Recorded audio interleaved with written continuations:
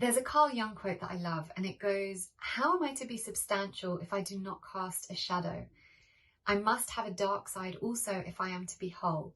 Now, I love this quote because it really teaches us the importance of acknowledging our darker side, our shadow.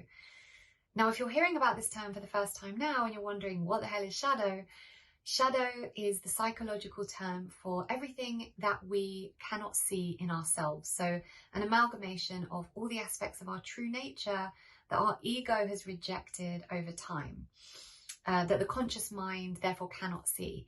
Now, in order to be energetically and psychologically whole, we have to get to a point where we are integrating all those aspects back into our being. Now, what I've found with doing shadow work with clients over the years is that the quickest and easiest way to get to the root of our own shadow is through acknowledging what we judge in others.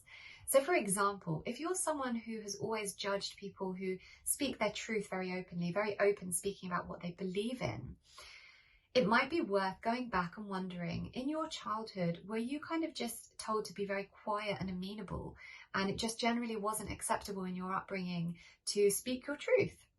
Or maybe you judge people who are lazy, and when you look at it, you can see that maybe in your upbringing, you were always taught that in order to get ahead in life, you just have to graft and work really, really hard.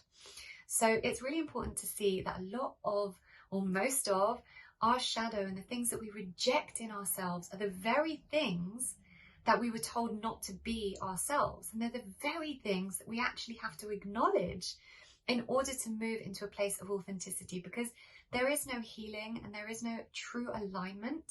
In other words, getting to a place of true happiness and fulfillment until we can acknowledge and accept who we truly are at our core. So for that reason, shadow work is super important.